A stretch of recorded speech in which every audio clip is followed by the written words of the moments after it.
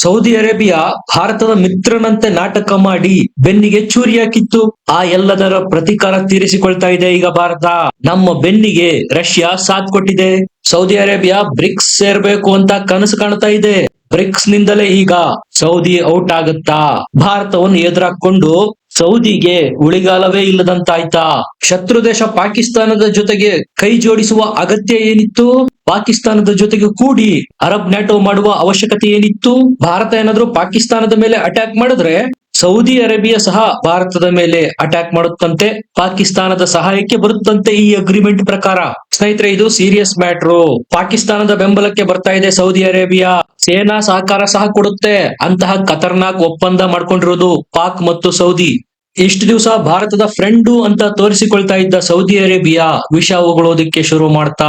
Saudi ಅರೇಬಿಯಾದಲ್ಲಿರ್ತಕ್ಕಂತ ಮುಸಲ್ಮಾನ್ರೇ ಪಾಕಿಸ್ತಾನದ ಜೊತೆಗೆ ಮಾಡ್ಕೊಂಡಿರ್ತಕ್ಕಂತ ಈ ಸೌದಿ ಅರೇಬಿಯಾದ ನ್ಯಾಟೋ ಅಗ್ರಿಮೆಂಟ್ ನ ಟೀಕಿಸ್ತಾ ಇದ್ದಾರೆ.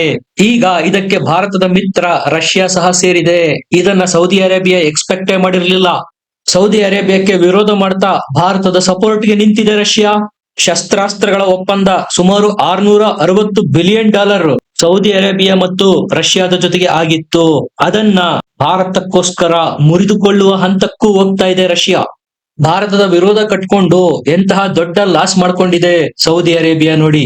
ರಷ್ಯಾ ಎಚ್ಚರಿಕೆ ಕೊಡ್ತಾ ಇದೆ ಸೌದಿ ಅರೇಬಿಯಾಕ್ಕೆ, ಒಂದು ವೇಳೆ ಏನಾದ್ರೂ ನ್ಯಾಟೋ ರೀತಿಯ ಒಪ್ಪಂದವನ್ನ ಪಾಕಿಸ್ತಾನದ ಜೊತೆಗೆ ಮಾಡ್ಕೊಂಡ್ರೆ ನಾವು ಭಾರತದ ಬೆಂಬಲಕ್ಕೆ ನಿಲ್ತೇವೆ. ಭಾರತಕ್ಕೋಸ್ಕರ ನಿಮ್ಮ ಜೊತೆಗಿನ ವ್ಯಾಪಾರ ಸಂಬಂಧ ಎಲ್ಲವನ್ನೂ ಮುಲಾಜಿಲ್ಲದೆ ಕಡಿದುಕೊಳ್ಳೋದಕ್ಕೂ ನಾವು ಸಿದ್ಧ ಅಂತ ಹೇಳ್ತಾ ಇದೆ ರಷ್ಯಾ. ಆಂಟಿ ಏರ್ಕ್ರಾಫ್ಟ್ ಸಿಸ್ಟಮ್ ಸೇರಿದಂತೆ ಹಲವಾರು ರಕ್ಷಣಾ ಒಪ್ಪಂದಗಳನ್ನ ಸೌದಿ ಅರೇಬಿಯಾ ರಷ್ಯಾದ ಜೊತೆಗೆ ಮಾಡ್ಕೊಂಡಿತ್ತು. ಅದೆಲ್ಲದಕ್ಕೂ ಈಗ ಗ್ರಹಣ ಬಡಿದಿದೆ, ಕೇವಲ ಭಾರತವನ್ನು ಎದುರಾಕೊಂಡಿದ್ದಕ್ಕೆ. ಇದಕ್ಕೆ ಹೇಳೋದು ಇರ್ಲಾರ್ದವ್ರು ಇರುವೆ ಬಿಟ್ಕೊಂಡ್ರು. ಭಾರತದ ದುಶ್ಮನಿ ಕಟ್ಕೊಳ್ಳೋದ್ರ ಜೊತೆಗೆ ರಷ್ಯಾದ ಶತ್ರುತ್ವವನ್ನು ಗಿಫ್ಟ್ ಆಗಿ ಪಡೆಯಿತು. ಅದೇನು ಅಂತಾರಲ್ಲ, by one get one free. Bharat Saudi ಅರೇಬಿಯಾದ ಬೆನ್ನಿಗೆ ನಿಂತಿತ್ತು ಇಷ್ಟು ದಿವಸ. ಸೌದಿ ಅರೇಬಿಯಾದ ವಿಚಾರ ಬಂದಾಗ್ಲಿಲ್ಲ ಭಾರತ ಇಸ್ರೇಲ್ ವಿಚಾರದಲ್ಲಿ ನ್ಯೂಟ್ರಲ್ ಆಗ್ಬಿಡ್ತಾ ಇತ್ತು. ಇಷ್ಟೆಲ್ಲಾ ಸಹಕಾರ ಕೊಟ್ರು ಭಾರತದ ವಿರುದ್ಧನೇ ಪಾಕಿಸ್ತಾನದ ಜೊತೆಗೆ ಕೂಡಿ ಷಡ್ಯಂತ್ರ ಮಾಡಿತ್ತು ಸೌದಿ. ಭಾರತವನ್ನ ಮಿತ್ರ ಅನ್ಕೊಂಡೆ ಸೌದಿ ಅರೇಬಿಯಾ ಎಂತಹ ಆಘಾತ ಕೊಟ್ಟಿದೆ.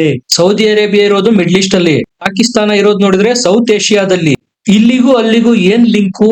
ನಮಗೂ ಸೌದಿ ಅರೇಬಿಯಾಗೂ ಏನ್ ದುಶ್ಮನಿ? ಪಾಕಿಸ್ತಾನಕ್ಕೂ ನಮಗೂ ಯುದ್ಧ ಆದ್ರೆ ಅವ್ರು ಯಾಕೆ ಪಾಕಿಸ್ತಾನಕ್ಕೆ ಸಪೋರ್ಟ್ ಮಾಡ್ಬೇಕು?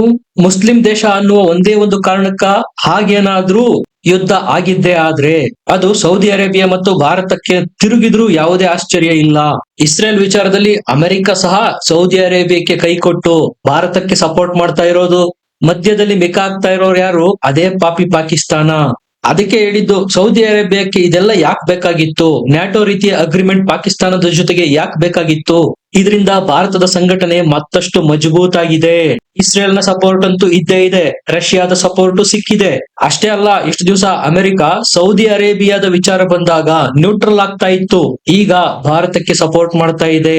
ಈ ಕಡೆ ಭಾರತ ಅಂತೂ ರಷ್ಯಾದ ಜೊತೆಗಿನ ಫ್ರೆಂಡ್ಶಿಪ್ ನ ಮತ್ತಷ್ಟು ಜಾಸ್ತಿ ಮಾಡ್ತಾ ಇದೆ. ಈಗಾಗ್ಲೇ 5% ಡಿಸ್ಕೌಂಟ್ ಕೊಟ್ಟಿದೆ ಭಾರತಕ್ಕೆ ರಷ್ಯಾ. ಸುಖೋಯ್ 57 ಇನ್ನೇನು ಒಪ್ಪಂದ ಆಗೋದ್ರಲ್ಲಿದೆ. S-500 ಸಹ ಭಾರತದಲ್ಲೇ ಮ್ಯಾನುಫ್ಯಾಕ್ಚರ್ ಆಗುತ್ತೆ ರಷ್ಯಾದಿಂದ. ಭಾರತ ಮತ್ತು ರಷ್ಯಾದ ಸಂಬಂಧ ಎಷ್ಟು ಗಾಢ ಅನ್ನೋದಕ್ಕೆ ಬ್ರಹ್ಮೋಸ್ ಗಿಂತ ಮತ್ತೊಂದು ಸಾಕ್ಷ್ಯನೇ ಬೇಕಿಲ್ಲ ನಿಮಗೆ. ರಷ್ಯಾ ನಮ್ಮ ಕಷ್ಟ ಕಾಲದಲ್ಲೆಲ್ಲ ಕೈ ಹಿಡಿದಿದೆ. ಭಾರತ ಪಾಕಿಸ್ತಾನ ಯುದ್ಧದಲ್ಲಿ ಅಮೆರಿಕ ನಮಗೆ ಕೈ ಎತ್ತಿತ್ತು, ಚೀನಾ ಪಾಕಿಸ್ತಾನದ ಬೆಂಬಲಕ್ಕೆ ನಿಂತಿತ್ತು. ಅಂತಹ ಸಂದರ್ಭದಲ್ಲಿ ನಮ್ಮ ಬೆಂಬಲಕ್ಕೆ ಬಂದಿದ್ದು ರಷ್ಯಾ ಮತ್ತು ಇಸ್ರೇಲ್. ಸೌದಿ ಅರೇಬಿಯಾ ಮತ್ತು ಪಾಕಿಸ್ತಾನದವರು ನ್ಯಾಟೋ ರೀತಿಯ ಅಗ್ರಿಮೆಂಟ್ ಮಾಡ್ಕೊಂಡಿರೋದ್ರಿಂದ ರಷ್ಯಾ ಮತ್ತು ಭಾರತದ ಸ್ನೇಹ ಮತ್ತಷ್ಟು ಬಲಗೊಂಡಿದೆ. ಈ ಸೌದಿ ಅರೇಬಿಯಾದವ್ರಿಗೆ ಯಾಕೆ ಬೇಕಾಗಿತ್ತು ಭಾರತ ಮತ್ತು ಪಾಕಿಸ್ತಾನ ವಿಚಾರದಲ್ಲಿ ಮೂಗ್ ತೂರ್ಸೋದಿಕ್ಕೆ? ತಮ್ಮಲ್ಲೇ 101 ಸಮಸ್ಯೆಗಳಿದಾವೆ.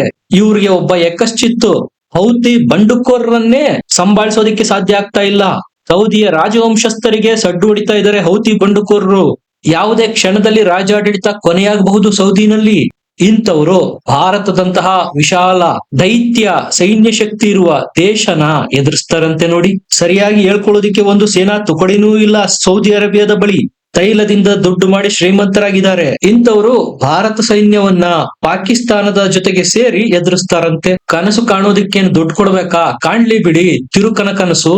ಈ ಎಲ್ಲ ಬೆಳವಣಿಗೆಗಳ ಹಿನ್ನೆಲೆಯಲ್ಲಿ ನಾವೇನೋ ಸೌದಿಯಿಂದ ಆಯಿಲ್ ಪರ್ಚೇಸ್ ಮಾಡ್ತಾ ಇದ್ವಿ, ಅದನ್ನ ಅರ್ಧಕ್ಕರ್ಧ ಕಟ್ ಮಾಡಿದೆ ಭಾರತ, ಕಡಿಮೆ ಮಾಡಿದೆ.